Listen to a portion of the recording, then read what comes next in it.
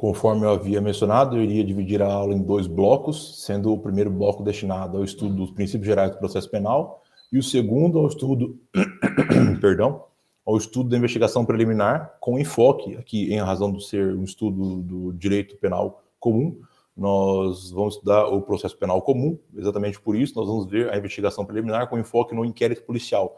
Afinal, tem várias outras espécies de investigação preliminar que não vêm ao caso. Exatamente por isso eu selecionei aqui um segundo roteiro sobre inquérito policial, que eu vou remeter para vocês também. Eu dividi... É uma primeira explicação sobre a ideia de inquérito policial, ou seja, a persecução penal, essa divisão, né, do que seria investigação e posteriormente o processo. Também aqui a questão do inquérito policial, que é o estudo com maior enfoque, tá? Explicando natureza jurídica, atribuição, características, algumas que eu separei, algumas explicações com relação ao arquivamento, tá? E algumas discussões sobre a questão da polícia e o auto de prisão em flagrante. Eu vou fazer uma breve menção, porque o flagrante é um conteúdo destinado ao 3º bimestre dos estudos. Tá? Tendo isso em mente, portanto, eu já só fazer um destaque aqui.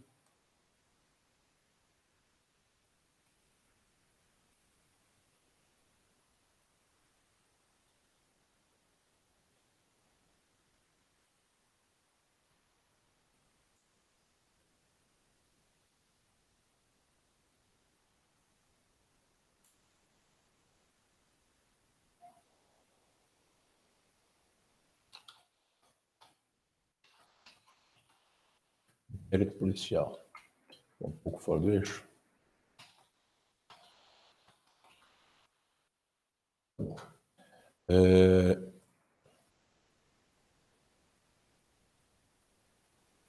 Em se tratando de inquérito policial, nós temos algumas questões iniciais a serem compreendidas. Que questões são essas? Quando nós falamos de investigação preliminar, ela é preliminar a quê? Ela é preliminar a um determinado processo. Então, quando nós fazemos o estudo no processo penal, nós fazemos o estudo tanto dessa investigação preliminar, quanto aquilo que vem depois desse preliminar que nós não mencionamos ainda. Então, quando nós reunimos inquérito e processo, então, só colocando alguns quadradinhos aqui para facilitar a compreensão. Então, se nós fôssemos ter mais ou menos assim.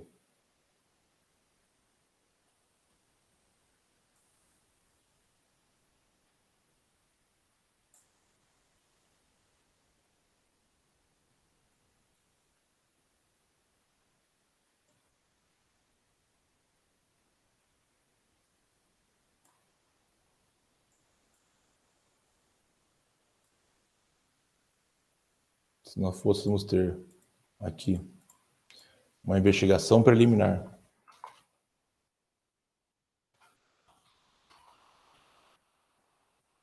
A investigação preliminar, que na verdade seria o inquérito policial. Aqui nós tivemos a investigação preliminar. Aqui adiante nós teríamos, na sequência, a fase, é melhor dizer assim, de investigação.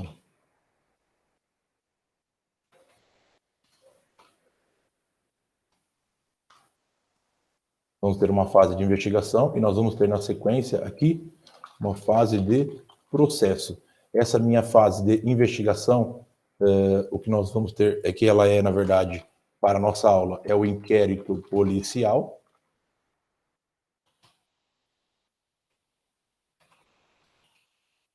Inquérito policial, a minha fase de processo seria o processo em si.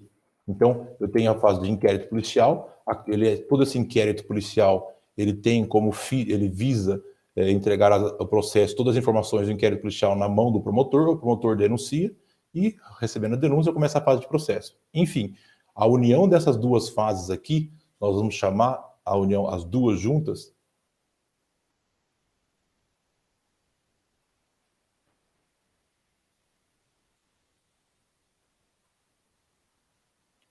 quando nós unimos as duas fases, nós vamos chamar isso aqui de persecução penal ou persecução criminal. Tá? Então, a união dessas duas fases aqui, nós vamos chamar de persecução penal ou criminal. Durante a fase de inquérito, é fase de inquérito, investigação preliminar. Quando tem a fase de processo, nós temos o contraditório amplo, aqui contraditório mitigado. Mas quando nós unimos tudo, quando eu quiser falar a respeito dessa forma dos dois ao mesmo tempo, nós vamos falar de persecução penal ou persecução criminal, que é exatamente isso que eu estou mencionando aqui. Tá? Nós temos a persecução criminal, que é também chamada de persecutio criminis, né? Em que nós vamos ter o poder, está invertido aqui, tá? De investigar e depois punir. Porque o Estado... Então, por que nós temos que fazer dessa determinada forma? Porque, em verdade, umas pontuações. O Estado, ele detém monopólio do ius puniendi. Ou seja, só o Estado pode punir. Por que um particular não pode punir alguém? Porque se eu for punir alguém, eu estarei realizando justiça com as próprias mãos, e daí não seria justiça, seria vingança, é a justiça privada. Então o Estado detém o monopólio do ius puniendi. Só o Estado, em outras palavras, tá? Vamos colocar aqui até adiante, tá? Em outras palavras, só o Estado pode punir. Tá? E como só o Estado pode punir, para que ele puna alguém, é necessário que punir alguém, é necessário que ele primeiro processe essa pessoa. Então, para que isso possa acontecer, para que possa punir, ele precisa, antes disto, para que ele possa punir, ele precisa, antes disso, processar o sujeito e, antes de processar,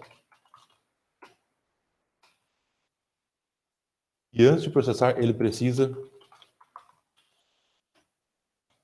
investigar. Então, essa é uma ideia geral, que para eu preciso investigar, para depois essa pessoa responder o processo, e depois essa pessoa poder ser punida somente pelo Estado. Então, para que tudo isso, para que alguém possa receber uma punição aqui decorrente...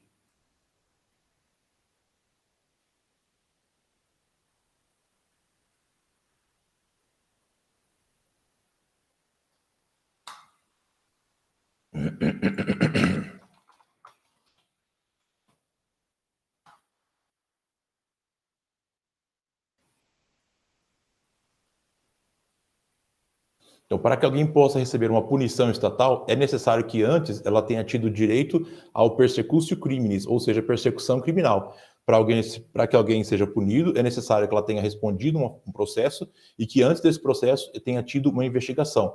Tudo isso garantido, tudo isso desses dois aqui garantido, o contraditório e a ampla defesa.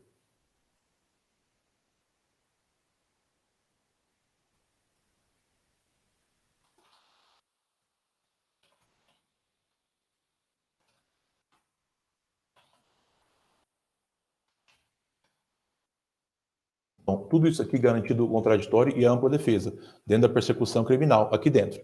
Então, a persecução criminal, então é necessário garantir o contraditório e a ampla defesa. Aqui dentro ele é mitigado, aqui ele é amplo, contraditório amplo, e depois de tudo isso, quando vier aqui, o que eu tenho nesse exato momento aqui, nesse pontinho em específico? Tá? Nesse pontinho aqui de onde eu estou partindo da premissa que houve trânsito em julgado.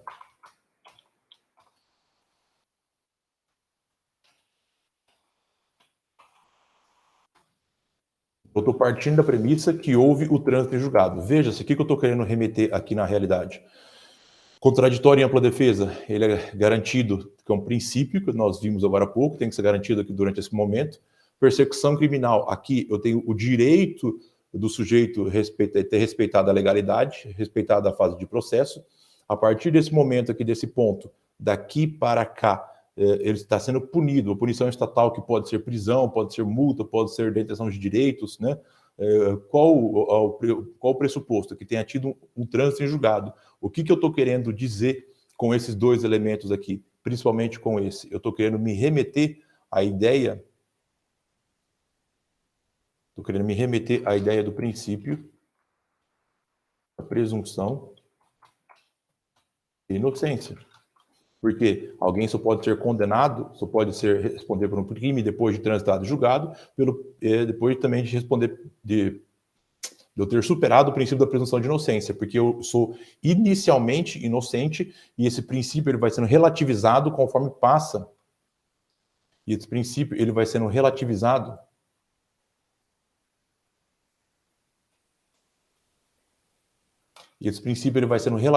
conforme vai avançando a fase de inquérito, depois avança na fase de processo, chega um determinado momento em que ele teve todo o contraditório e ampla defesa, e a partir desse momento ele vai responder, agora sim, uma punição estatal, e esse princípio da presunção de inocência ele foi relativizado, e a partir desse momento ele é entendido como presumidamente culpado. Então eu vou presumir a culpa desse sujeito a partir de então. Tá? Tendo isso em mente, aí nós vamos pensar da seguinte forma: a punição, obviamente, quando nós falamos de punição, nós vamos nos questionar primeiro, aqui na punição estatal, qual é a finalidade da punição? Ou mais conhecido como qual é a finalidade da pena?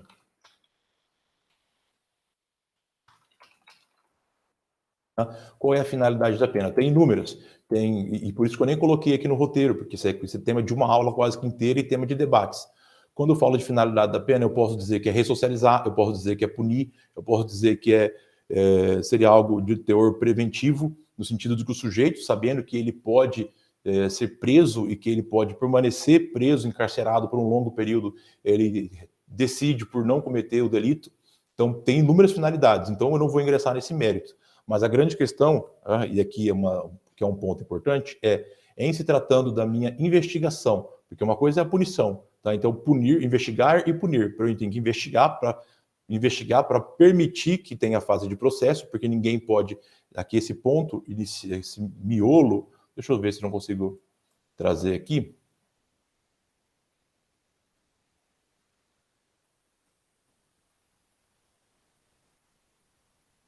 Não consegui. Enfim, aqui nesse ponto nós temos a denúncia, tá? Talvez eu consiga aqui. Bem nesse pontinho, bem nessa divisão ali, nós temos a...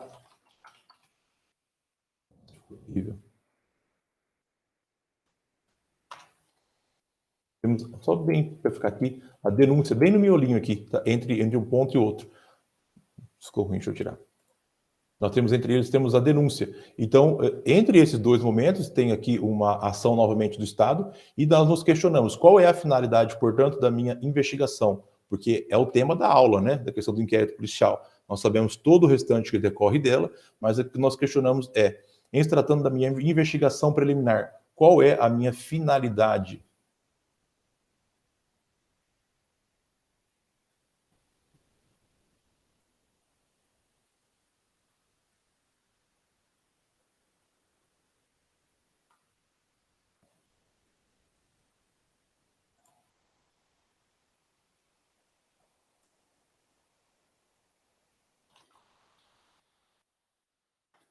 Qual é a finalidade, tá? Então, aí eu volto aqui para a questão do roteiro. Qual é a finalidade da minha investigação? Primeiro, encontrar justa causa e segundo, são os instrumentos da investigação, tem vários, e nós escolhemos o inquérito policial. Então, qual é a finalidade da minha investigação? Eu vou voltar aqui e colocar ele com uma forma em destaque.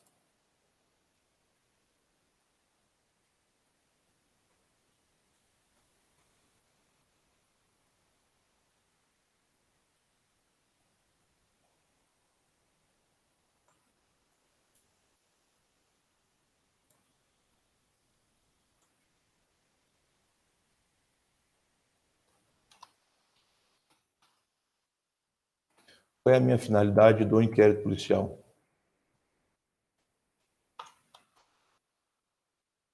É a finalidade do meu inquérito policial? A finalidade do inquérito policial é obter a justa causa.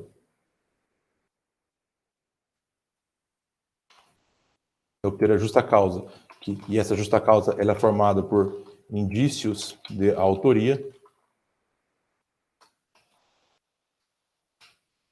provas da materialidade. Então, eu vou pegar essa justa causa aqui, essa é a finalidade do inquérito policial. Então, toda investigação que eu tenho é para obter indícios de autoria e pôr a prova da materialidade. Por que isso? Porque esses dois unidos, tá? A união desses dois aqui é o que forma o que nós estamos mencionando como justa causa. Então, justa causa é indício de autoria e prova da materialidade.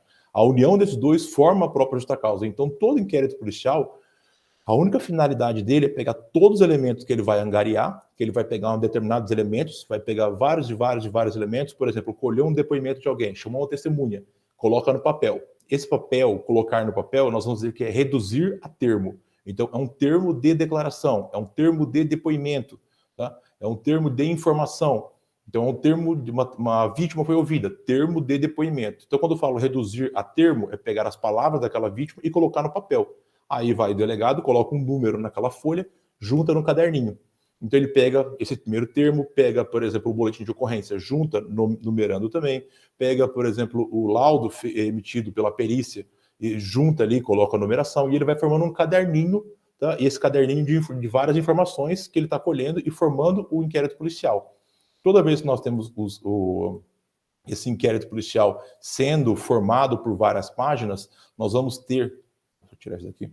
Nós vamos ter o que nós conhecemos como autos. Então, toda vez que eu tenho uma sequência de folhinhas, estou formando um livreto, né, um caderninho de informações, ao invés de dizer caderninho de informações, nós vamos chamar isso de autos. Então, a finalidade aqui, conforme nós vamos produzindo indícios de autoria, por exemplo, uma declaração de alguém dizendo que foi outra pessoa, por exemplo, uma perícia que indicou que tem digitais de alguém lá dentro. Então, são indícios da autoria recaindo sobre determinada pessoa. Então, conforme isso vai sendo produzido, isso aqui vai sendo encartado, tá? As informações vão sendo encartadas nos autos, porque é o caderninho que eu estou mencionando. E como isso está acontecendo no inquérito policial, nós vamos chamar autos do inquérito policial. Porque lembre-te, quando eu estiver na fase de processo, isso, embora hoje o processo seja...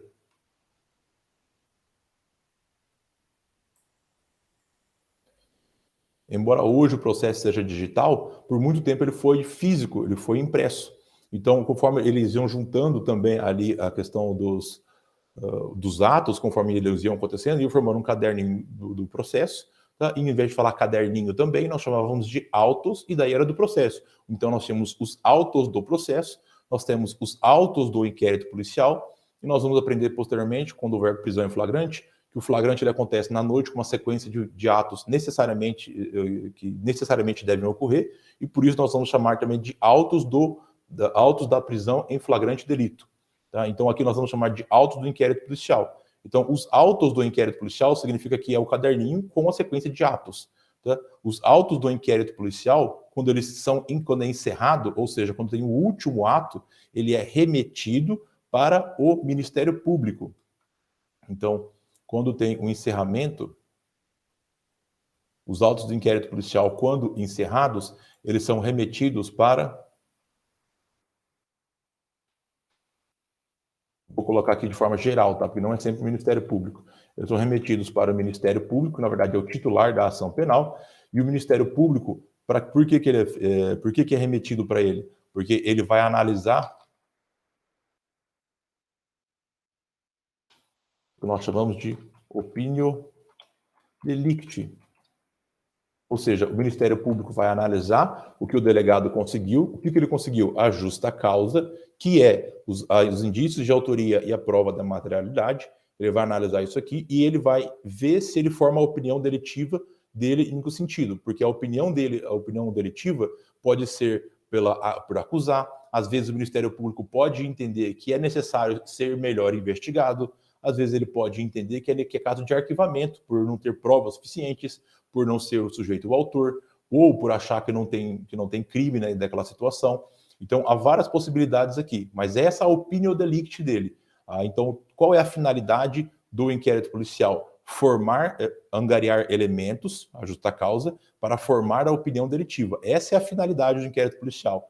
Ou seja, então o delegado só trabalha para mandar um caderno com informações Para o Ministério Público formar a opinião dele? Exatamente.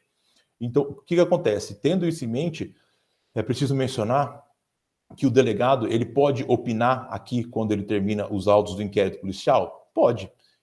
Nós vamos chamar isso, tá? Vamos diminuir a letra aqui no caso. Tá? Quando o delegado termina o inquérito policial, o último ato do delegado de polícia é o relatório. É por isso que nós vamos dizer que o inquérito está relatado.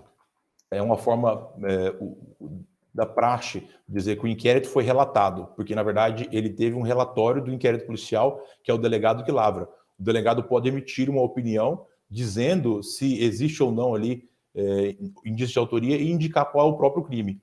Entretanto, a opinião do delegado não sobrepõe ao Ministério Público, eles são independentes. Então, o inquérito policial, a investigação, ela se procede conforme o delegado tem interesse, e o Ministério Público, por outro lado, não está vinculado ao que o delegado disser. Então, embora a finalidade do inquérito policial seja formar a opinião deletiva do titular da ação penal, em regra o Ministério Público, tá? Isso não significa que um esteja atrelado ao outro. O nome desse não atrelamento aqui, o nome desse não atrelamento vai ser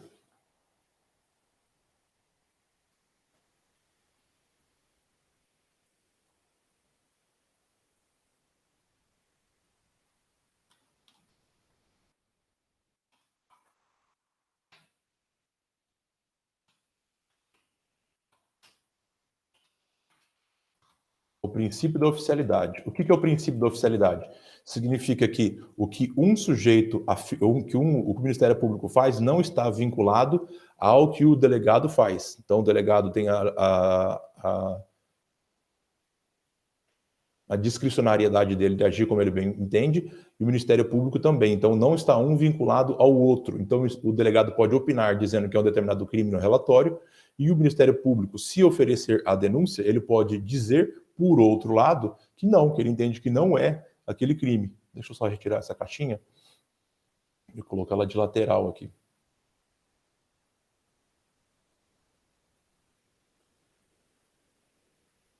Que eu vou usar mais à frente. Princípio da oficialidade, está vinculado eles dois aqui então, portanto. Tá, tendo isso em mente, o que eu preciso analisar agora, voltando para o roteiro, nós temos aqui a finalidade da investigação, temos aqui o instrumento da investigação, que neste caso nós vamos ver o inquérito policial. Tem outros instrumentos de investigação? Tem. Nós temos, por exemplo, o inquérito policial militar, nós temos a Comissão Parlamentar de Inquérito, que é a CPI, tá? Mas por hoje aqui nós vamos ver o inquérito policial. Voltando aqui então, inquérito policial é um conceito. É um procedimento administrativo, tá?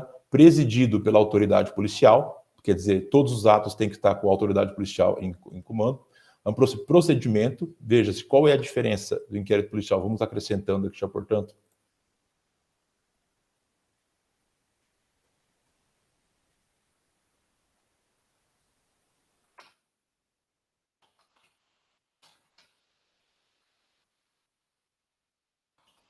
Conceito de inquérito policial.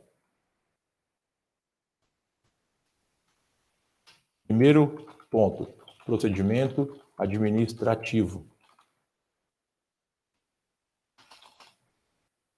Primeiro, procedimento. O que é importante lembrar aqui?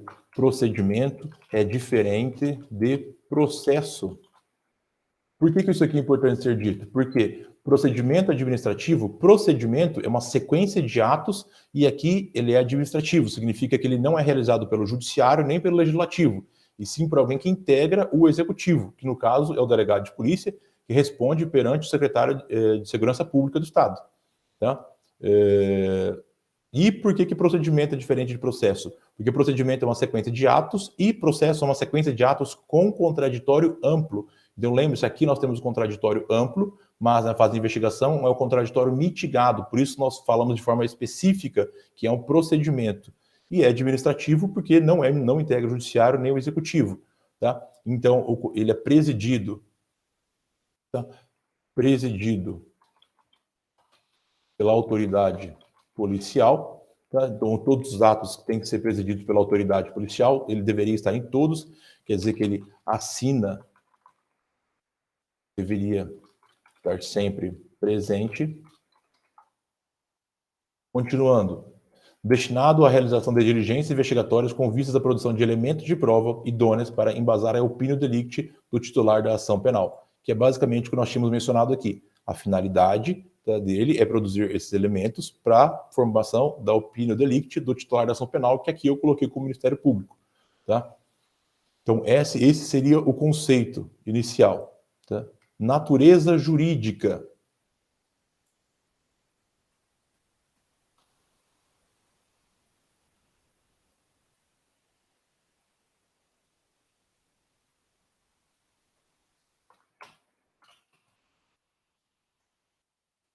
Natureza jurídica. Natureza jurídica, eu acabei cometendo uma gafezinha aqui, me perdoem, né? Acabou entrando dentro é difícil, hein? Mas entrando aqui em cima. Natureza jurídica é um procedimento administrativo. Isso é importante ser dito, tá? E é por causa dessas características que já acabou entrando no conceito. Natureza jurídica, ele é um procedimento administrativo, exatamente por essas razões, procedimento, porque ele não é processo, e administrativo, porque o sujeito que preside os autos, que é a autoridade policial, ele integra o poder executivo, e não judiciário, nem mesmo legislativo. Tá? Atribuição.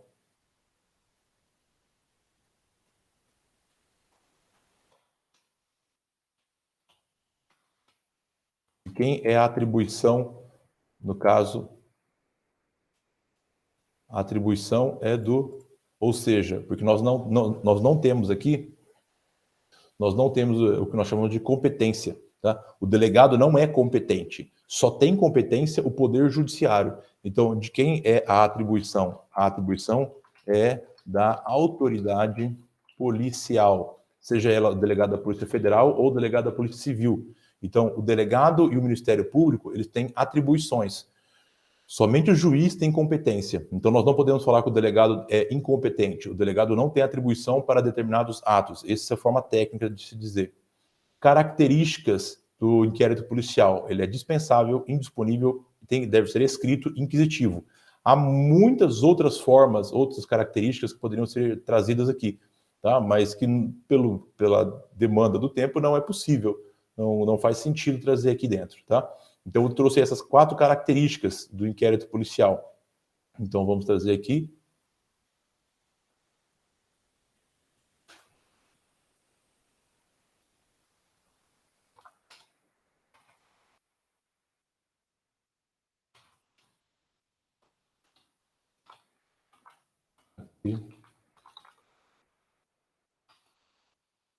Características.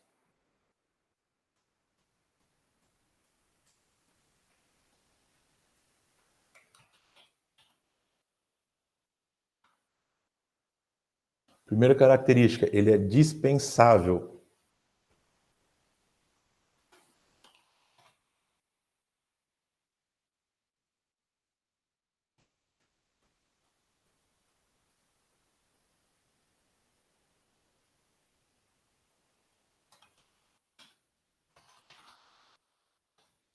O que significa ser dispensável? Significa que o inquérito policial, ele pode não ser necessário.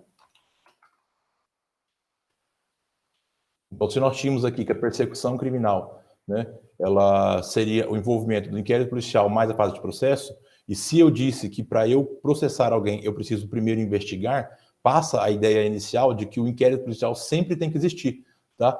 Mas não, ele pode não ser necessário, ou seja, não, nem sempre será, nem sempre irá existir. Então, e essa é a ideia de dispensabilidade, ou seja, nem sempre ele vai existir. Quando que ele não vai existir? Não existirá se já houver a justa causa.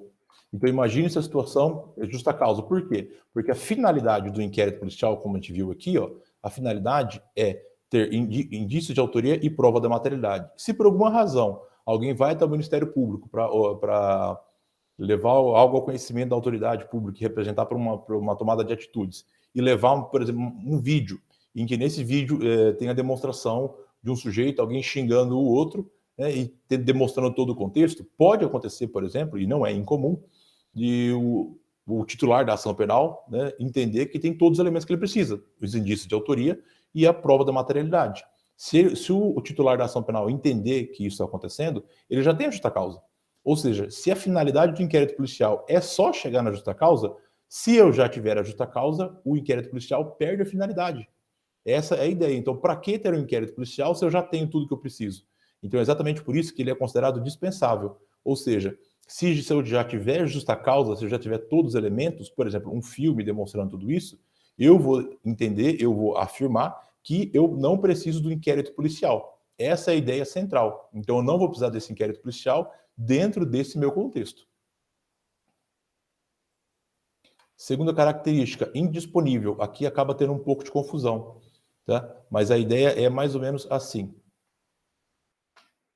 Indisponível. Disponível significa que se já foi iniciado, não pode ser interrompido. Uma coisa é eu falar que eu não preciso do inquérito policial, que eu não preciso iniciar o inquérito policial. Outra, diversa, é eu dizer que o inquérito policial já se iniciou e sabe-se lá por qual causa, imagine qualquer causa que você quiser aí, ou qualquer tipo de motivo, o delegado querer interromper. Começou e falar, não, vou interromper porque eu não quero. Então imagina que houve instauração do inquérito policial, começou as investigações, e nisso o delegado percebe que ele instaurou o inquérito policial contra a pessoa errada. Seria possível o delegado falar, não, eu vou parar aqui? Não, não é possível. Ele tem que terminar, fazer o quê? Relatar, fazer um relato do inquérito policial, o Ministério Público vai intervir e o Ministério Público vai aparecer e falar, não, eu quero arquivamento ou eu quero tal diligência. Então, por isso que nós dizemos que ele é indisponível, porque se eu comecei, não posso mais parar. Diferente é dizer que eu não comecei ainda e eu analiso se é necessário. E isso é ser dispensável. Indisponível significa que eu vou dispor de algo que já existe. Tá? Cuidado para não confundir essas duas características. Ele tem que ser escrito.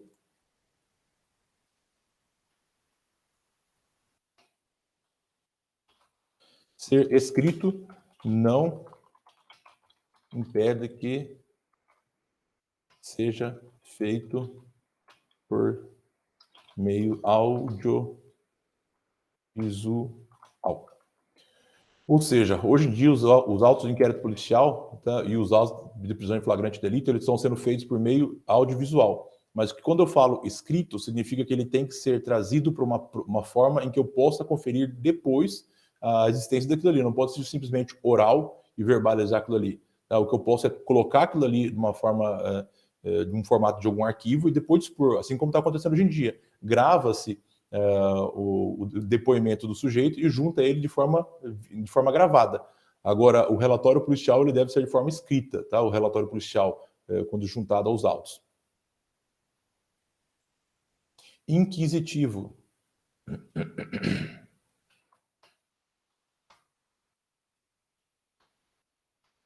Inquisitivo significa que ele vai inquirir testemunhas e também significa dizer que, por ser inquisitivo, o delegado acaba não tendo a imparcialidade.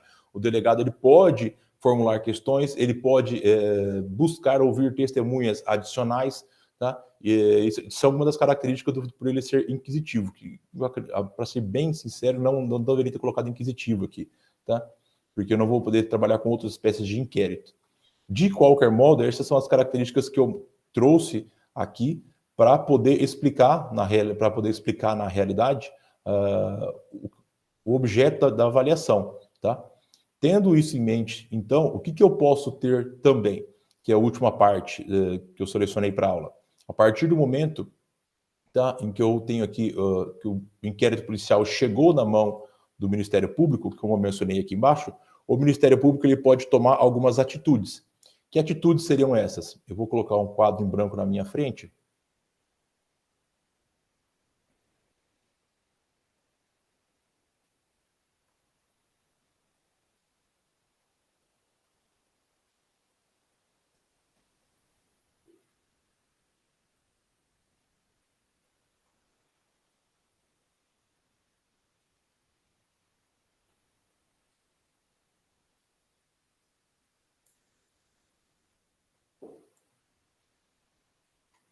E eu vou trazer algumas possibilidades aqui.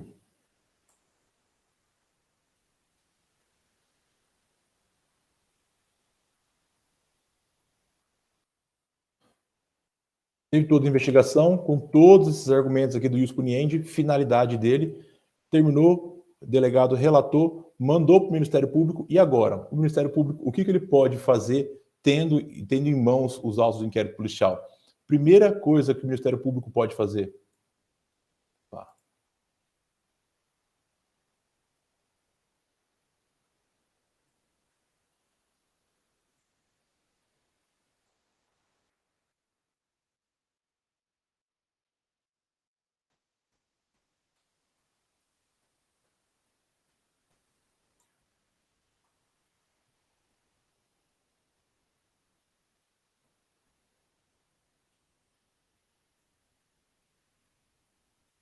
Primeira coisa que o Ministério Público pode fazer, ele pode ofertar a denúncia. Primeiro, ele pode oferecer a denúncia. Aí a denúncia pode chegar até o magistrado, certo? Como nós estamos mencionando aqui, oferecer a denúncia. Ele pode renunciar ao direito de queixa, que não é o caso, mas, enfim, ele pode oferecer a denúncia aqui embaixo. Ele pode também...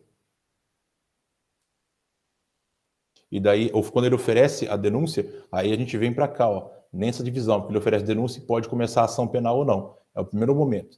Segunda situação que ele também pode fazer,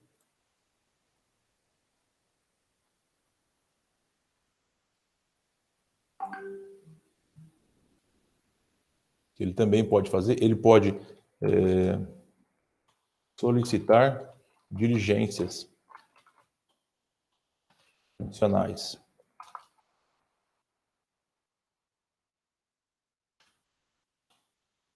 Solicitar diligências. Que diligências são essas?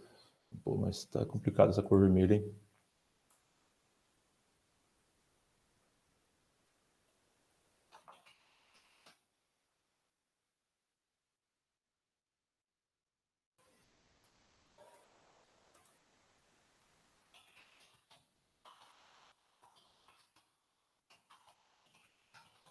Pode solicitar diligências adicionais. Que diligências são essas? Diligências policiais. Policiais, ou seja, ele pode pedir para voltar para cá e realizar mais diligências, mais investigações, para depois retornar para a mão dele. Tá? E ele pode também...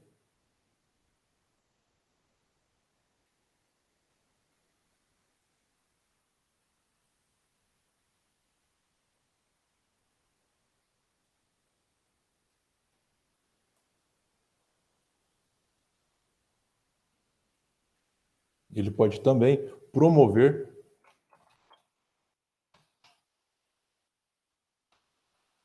o arquivamento.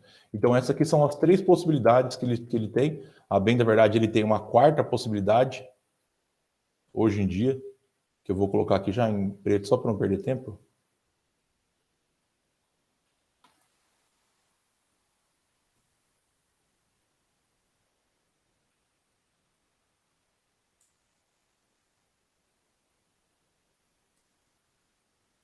Que ele pode propor o acordo de não persecução penal, que não vê um caso hoje, tá? Mas de qualquer modo ele pode promover o arquivamento ou acordo de não persecução penal. Quando ele promove o arquivamento, ele vai entrar numa situação completamente diferenciada que vai poluir a tela aqui, né? Que eu vou dizer. Então, assim, essas seriam as quatro possibilidades de atuação do Ministério Público. Então, eu tenho aqui uma investigação. Quando ele se investiga, ele tem uma determinada finalidade. Deixa eu pegar aqui para ficar menos confuso. Quando ele investiga, ele tem aqui uma determinada finalidade, porque os autos do inquérito policial, quando eles são encerrados, eles são relatados pelo inquérito pelo delegado e é mandado para o Ministério Público para formar a opinião deletiva. O Ministério Público, pelo princípio da oficialidade, ele pode fazer algo diferente do que o delegado concluiu. Então, quais são as atitudes previstas em lei que o Ministério Público pode tomar? Ele pode pegar o auto do inquérito policial em mãos e ofertar a denúncia com base nessa justa causa colhida aqui atrás. Ele pode promover diligência adicional, e daí, se ele se ele pedisse diligência adicional, aí ele retornaria para cá. Ele retornaria lá para trás. Tá? Ou seja, ele viria daqui para lá e voltaria para investigar de novo e depois descer para o Ministério Público uma vez mais.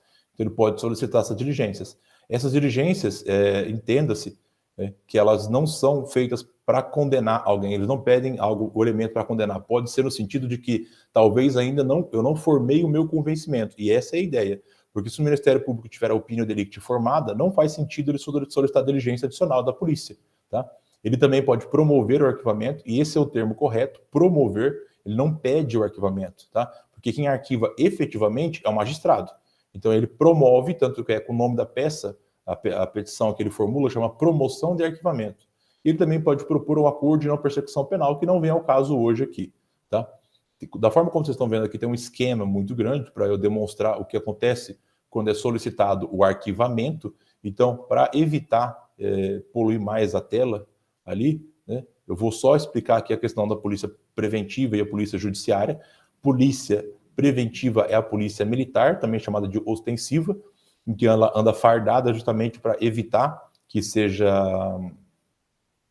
que o crime ocorra. Já a polícia judiciária, ela vem a termo, ela surge, ela começa a atuar quando a polícia preventiva falhou. Então, quando a polícia preventiva falhar, significa que aconteceu um crime, aí a judiciária, que é a polícia civil ou a polícia federal, comparece para investigar e angariar elementos, como nós já falamos aqui, ó, a finalidade dela é para angariar elementos para formar a opinião deletiva do promotor. Essa é a ideia geral, tá?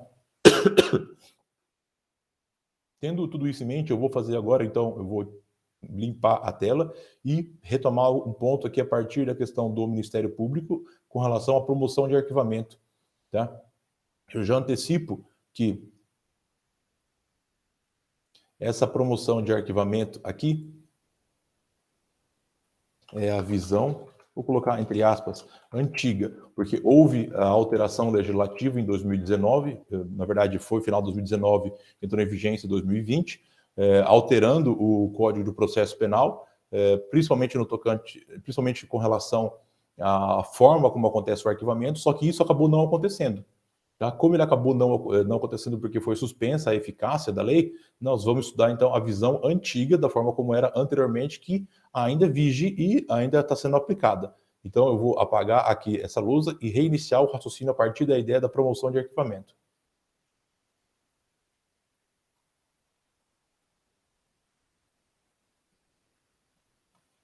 Então aqui, tendo a ideia de inquérito policial, portanto,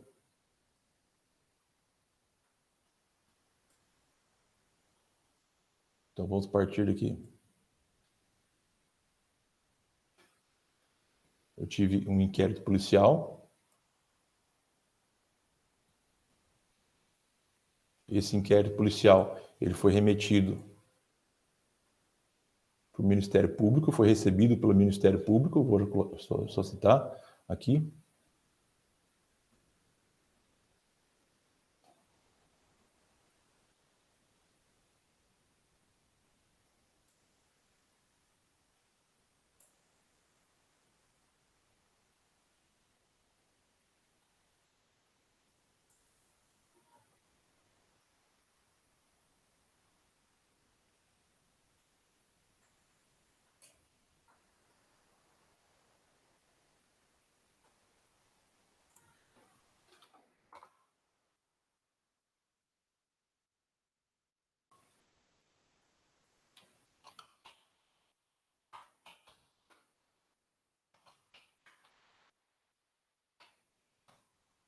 Policial, ele foi remetido aqui o inquérito policial ao Ministério Público.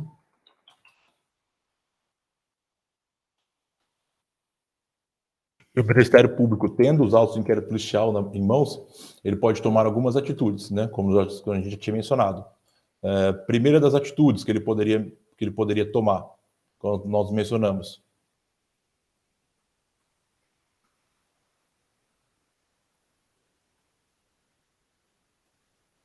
Primeira possibilidade, ele pode oferecer a denúncia. Vou colocar em branco.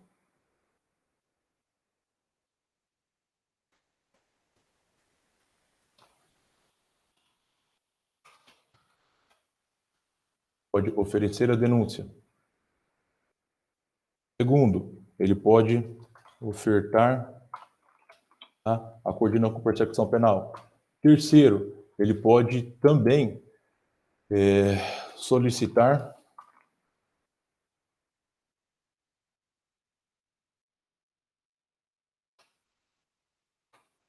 denúncia.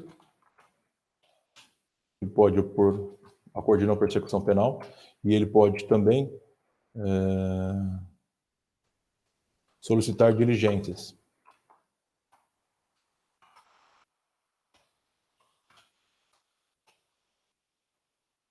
Diligências policiais, ele pode solicitar diligência policial adicional. Entretanto, um dos atos que ele também pode cometer, tá? Um dos atos que ele pode tomar, das atitudes, ele pode, agora vamos vir para cá, ele pode também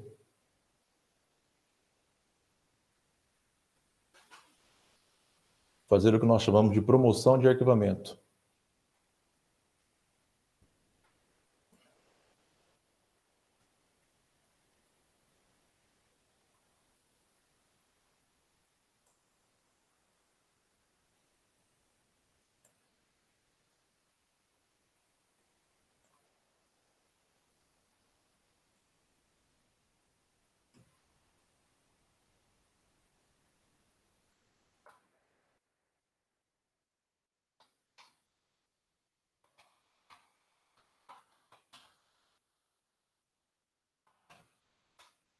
Ele pode promover o arquivamento. Então, o Ministério Público pode promover o arquivamento, pode ofertar denúncia, ofertar a coordenação de persecução penal, pode solicitar diligências policiais adicionais, né? Ou pode promover o arquivamento. O interesse desse finalzinho de aula é entender a ideia da promoção de arquivamento, quando ele pede o arquivamento, tá?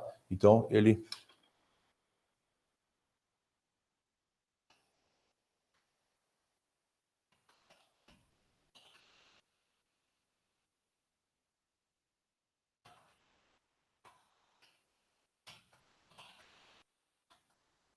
Então, a promoção de arquivamento nada mais é do que um pedido de arquivamento. Por que eu estou dizendo isso? Porque quem efetivamente arquiva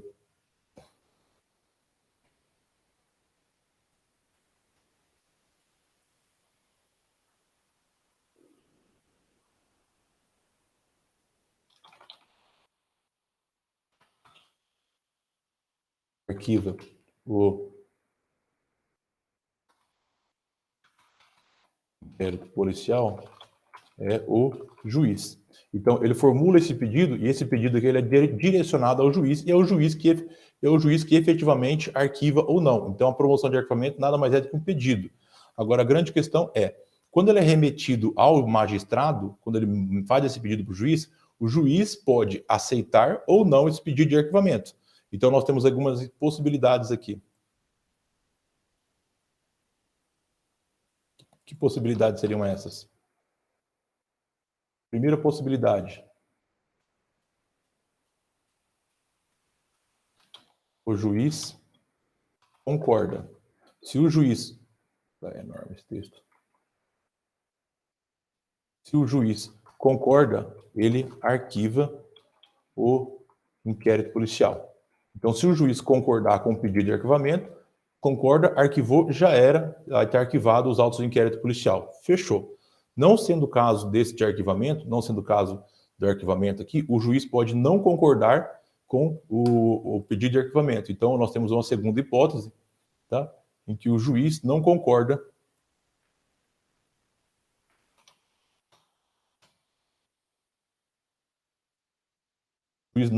com o arquivamento.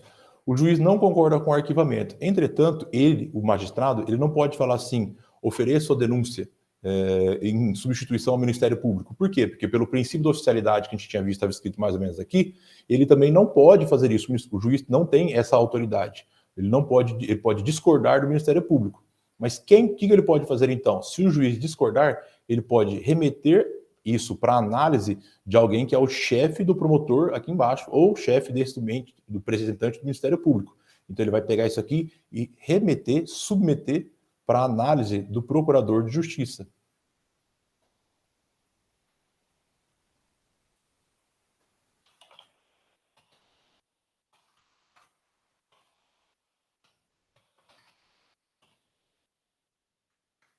Ok. Procurador de Justiça, que seria o promotor de justiça, o ente do Ministério Público, o representante do Ministério Público, que atua junto aos desembargadores nos tribunais. Mandou pro Procurador de Justiça, por exemplo, no Paraná, temos lá o Procurador de Justiça e ele vai fazer uma análise desse pedido do juiz. A partir daqui, o Procurador de Justiça pode ter alguns entendimentos. Quais são esses entendimentos que ele pode tomar? Primeiro deles,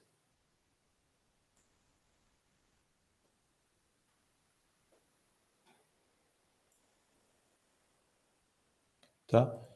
Primeiro deles, o Procurador de Justiça, ele pode concordar com o promotor de justiça. Vou colocar aqui com o Ministério Público de primeira instância. Ele pode concordar. Se ele concordar com se ele concordar, no caso, com o que esse procurador, o que esse promotor aqui em cima já disse, tá? Então, esse promotor de justiça, ele teve um entendimento. Eu estou falando promotor, mas na verdade pode ser procurador da República, que é da Justiça Federal. Então, o Ministério Público, primeira instância, ele deu uma opinião. Então, se o procurador concordar com ele, nesse caso, o que vai acabar acontecendo? Neste caso, vai acabar acontecendo o arquivamento definitivo. Ou seja, o juiz aqui que não tinha concordado, aqui em cima, vai ter que engolir e arquivar de forma definitiva.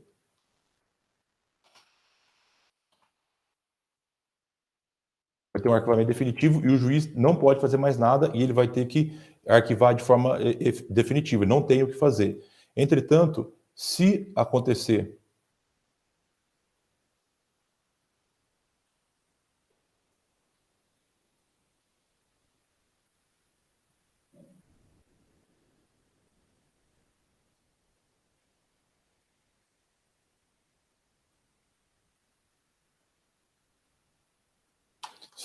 dele discordar do Ministério Público, vou colocar aqui, MP, primeira instância. Se acontecer dele discordar do que o promotor lá em primeira instância disse, aí ele pode ter duas atitudes. Primeira atitude,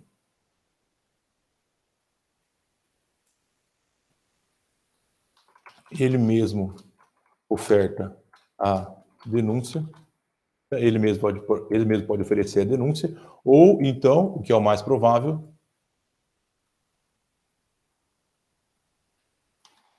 determina que alguém o faça. Então, é aí que está a situação toda. Então, pode acontecer, então o Ministério Público, quando receber o inquérito policial aqui em cima, ele pode ofertar a denúncia, acordar a persecução penal, pedir diligência adicional, ou então, como última atitude, eu só separei para fins de ficar mais didático, pode promover o arquivamento, que ele fundamenta por que ele quer arquivar. E esse aqui é um pedido, como a gente acabou de ver. Esse pedido é feito para o juiz. Exatamente por isso que o juiz pode concordar com o arquivamento, e se ele concordar, já arquiva, já acaba tudo, mas o juiz pode também não concordar. Se o juiz não concordar, perdão, se ele não concordar, ele remete para a análise do procurador de justiça, que é o chefe do cara que está aqui em primeira instância, e esse sujeito ele pode ter duas opiniões.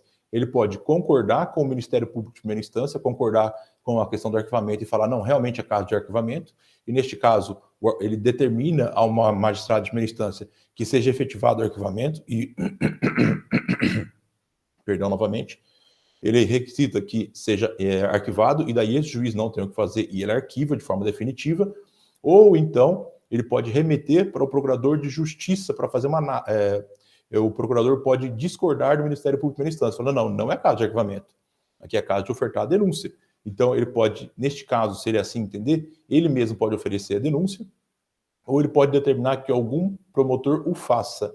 A grande questão é, ele não pode determinar que o mesmo promotor que entende aquela caso de arquivamento, ele não pode determinar que ele oferte a denúncia, porque ele tem a discricionariedade ferida no caso. Então ele determina que alguém o faça, e esse alguém é alguém que não o promotor de primeira instância.